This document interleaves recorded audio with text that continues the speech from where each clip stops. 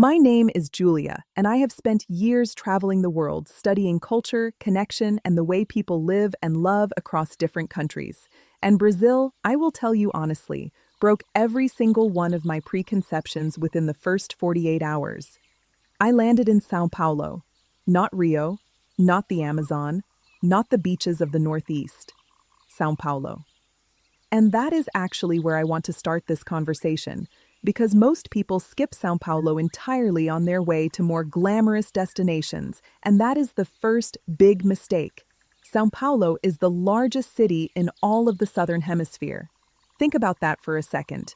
Over 22 million people living in and around this city. It is a metropolis of staggering scale, a concrete jungle that stretches in every direction as far as the eye can see. And yet, woven into this urban enormity, you find some of the most creative, cultured, intellectually curious people I have ever met anywhere in the world. The women I encountered in São Paulo were nothing like the images typically projected about Brazil. Yes, Brazil has a global reputation tied to beauty, to the body, to carnival. But the women of São Paulo carry themselves with a different kind of confidence. They are businesswomen, artists, architects, chefs, journalists. They debate politics over espresso at 2 in the morning in jazz bars in Vila Madalena. They dress with effortless sophistication. They speak their minds with zero apology. Here is something I learned very quickly about Brazilian women in general, and this is something that travel guides almost never tell you.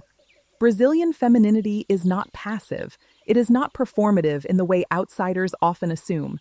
It is extraordinarily expressive and warm, but it has a spine of steel underneath. Brazilian women, regardless of which region they come from, tend to be deeply relational. Friendship is sacred. Family is non-negotiable. When a Brazilian woman lets you into her circle, genuinely into it, she will fight for you like you have known each other your whole lives. But earning that trust takes time, and it takes showing up authentically. The moment she senses you are performing rather than being real, the door closes. I spent an afternoon with a group of women in their late 20s in a neighborhood called Pinheiros. We sat in the sun outside a small cafe, drinking cold coconut water, and I asked them directly, "What do you wish people outside Brazil understood about you?" The answers were fascinating. One woman said she was tired of being seen as exotic first and intelligent second. Another said that the word passionate, which everyone uses to describe Brazilians, is actually a huge oversimplification. Yes, there is passion, she said, but there is also extraordinary discipline behind it. You do not build what we build in this country without discipline. That stuck with me. Brazil is not all samba and sunshine, as comforting as that image is. It is a nation of nearly 215 million people navigating extraordinary complexity every single day, with a resilience and creativity that honestly leaves me speechless. From São Paulo, I made my way north. And if the city challenged my assumptions, the Amazon completely dismantled my sense of reality. I want to be very clear about something. No documentary, no photograph, no piece of writing, including this one, can prepare you for the Amazon.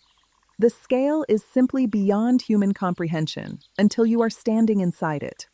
The Amazon rainforest covers roughly 60% of Brazil's total territory. It produces somewhere around 20% of the world's oxygen. It contains more species of plants, insects, birds, and mammals than anywhere else on Earth. And scientists believe that a significant portion of those species have not even been discovered yet. I took a small boat from Manaus deep into the forest, and on the first night, floating on the dark water with the jungle pressing in from both sides and sounds I had no names for rising up all around me, I genuinely felt what I can only describe as reverent terror. This place is ancient in a way that makes human civilization feel like a footnote. During the day, the Amazon is overwhelmingly beautiful. The colors are fluorescent, almost unreal. Birds flash through the canopy in shades of scarlet and indigo. The river is its own ecosystem, home to pink river dolphins, which are real. They exist, I saw them, and I cried a little, I will not lie. The water itself shifts between black and brown and clear depending on which tributaries you are traveling through. a phenomenon caused by differences in mineral content and organic matter that creates the famous meeting of the waters near Manaus, where two rivers run side by side without mixing for several kilometers. The indigenous and riverside communities I visited in the Amazon introduced me to a completely different dimension of Brazilian womanhood. These are women who hold enormous knowledge, the kind that has been passed down through generations and is entirely irreplaceable. They know the medicinal properties of hundreds of plants. They are master weavers and farmers. They navigate the river with a confidence that a lifetime of GPS dependency has stripped from most of us. There is a woman I want to tell you about. Her name was Conceição. She was in her 60s, and she was the informal matriarch of a small riverside community we visited. She had never left the Amazon. She had raised 6 children on the river, had watched the forest change over the decades with the kind of grief you only see on someone who loves a place the way most people love a person. She served us a meal of fresh fish grilled over an open fire, with manioc and a salad of river herbs, and then she sat with us for 2 hours talking about the forest. She spoke in Portuguese, and my guide translated and even filtered through translation. Her words had a weight to them that I felt physically. She said that people come from all over the world to look at the Amazon, but very few come to listen to it. That distinction, looking versus listening, has stayed with me ever since. From the Amazon, I traveled east to Bahia, the state in the northeast of Brazil that is often called the most African place outside of Africa. And here, again, Brazil showed me an entirely new face. Salvador, the capital of Bahia, is a city built on layers. Its historic center, the Pelourinho, is a UNESCO World Heritage Site, a cascade of colonial architecture painted in yellows and blues and pinks that glow in the afternoon light like something from a dream. But beneath this beauty lies a history of profound suffering, because Salvador was the largest port of entry for enslaved Africans during the Atlantic slave trade. Approximately 40% of all enslaved people brought to the Americas arrived through this port. The culture of Bahia, its music, its food, its spiritual practices, its visual art, is inseparable from that history. The women of Bahia carry this history in the most extraordinary way. They do not just remember it, they transform it. Candomblé, the Afro-Brazilian spiritual tradition that survived centuries of suppression, is largely led by women called Mãe de Santo, mothers of the saint. These women are community pillars, healers, keepers of an incredibly sophisticated religious and cultural system that blends West African traditions with Brazilian influences. I attended a candomblé ceremony in Salvador with the permission of the community, and it was one of the most moving experiences of my life. The drumming, the chanting, the ceremonial dress, the absolute sense of collective spiritual energy in that room, it was nothing like anything I had ever witnessed. And the women leading it were utterly magnetic. There is a kind of authority that comes not from ego, but from deep spiritual rootedness, and these women had it in abundance. The social culture of Bahia is also wonderfully different from São Paulo. The pace is slower, conversations go longer, people touch more when they talk, a hand on the arm, leaning in close, eye contact that is direct without being aggressive. Hospitality is practically a spiritual practice in itself. The food, which is its own conversation, is a direct inheritance of African culinary tradition blended with indigenous Brazilian and Portuguese influences. Acarajé, a deep-fried ball of black-eyed pea batter filled with shrimp, vatapá, and caruru, is sold by baianas, women in traditional white lace dress and turbans, who have become iconic symbols of Salvador's streets. And the baianas will absolutely make you feel like family within 30 seconds of buying from their stand. There is a warmth here that is not performance. It is just how people are. No Brazil documentary would be complete without Rio. But I want to talk about Rio in a way you probably have not heard before. Yes, Rio de Janeiro is stunning. Objectively, geographically, visually stunning in a way that is almost offensive. Mountains plunge into the sea. Forests grow on cliffs above the city. The beaches, Copacabana, Ipanema, Barra da Tijuca, stretch in golden curves that look edited. The Christ the Redeemer statue stands on Corcovado with its arms open to a city of 7 million people. and Sugarloaf Mountain rises from the harbor like something a painter put there because reality needed a dramatic focal point. But Rio is also a city of profound contradiction. It has some of the highest inequality in all of Brazil, which is already a country of significant inequality. The communities on the hillsides, the favelas, house hundreds of thousands of people who are often invisible to the tourist experience but are absolutely central to the city's identity, its music, its art, its food, its soul. The women of Rio reflect all of this complexity. The Carioca woman, which is the term for a person from Rio, has her own distinct personality. She is known across Brazil for a certain kind of frank confidence. She says what she thinks. She is comfortable in her body in a way that has nothing to do with vanity and everything to do with a deeply embedded cultural relationship with the physical self. There is no Carioca woman who is going to spend a party worrying about what other people think of how she looks. That energy simply does not exist here. This is actually one of the most interesting cultural observations I made throughout Brazil, and it deserves its own moment. The relationship that Brazilians, and particularly Brazilian women, have with the body is genuinely different from what I have experienced in North America or Europe. In Brazil, the body is celebrated openly, without the layers of shame or prudishness that often cloud body image in other cultures. This is not about being immodest. It is about a comfort level with physical existence that seems to be culturally baked in. Brazilian women of all shapes, all sizes, all ages show up on beaches, at parties, in public spaces, fully inhabiting their bodies without apology.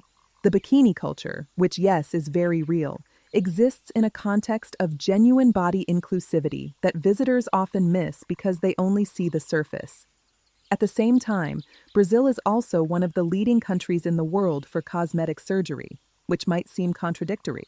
But Brazilian women I spoke to did not see it that way. For many, it is simply another form of self-expression, another way of taking ownership of how you present yourself to the world.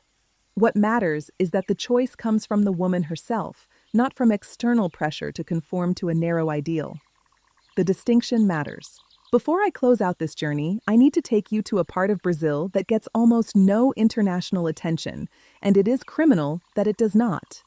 The Pantanal is the world's largest tropical wetland, spreading across the western part of Brazil into Bolivia and Paraguay. It is roughly the size of France, and unlike the dense Amazon, where wildlife is extraordinary but often hidden by the sheer density of the forest, the Pantanal puts its wildlife right in front of you with breathtaking directness.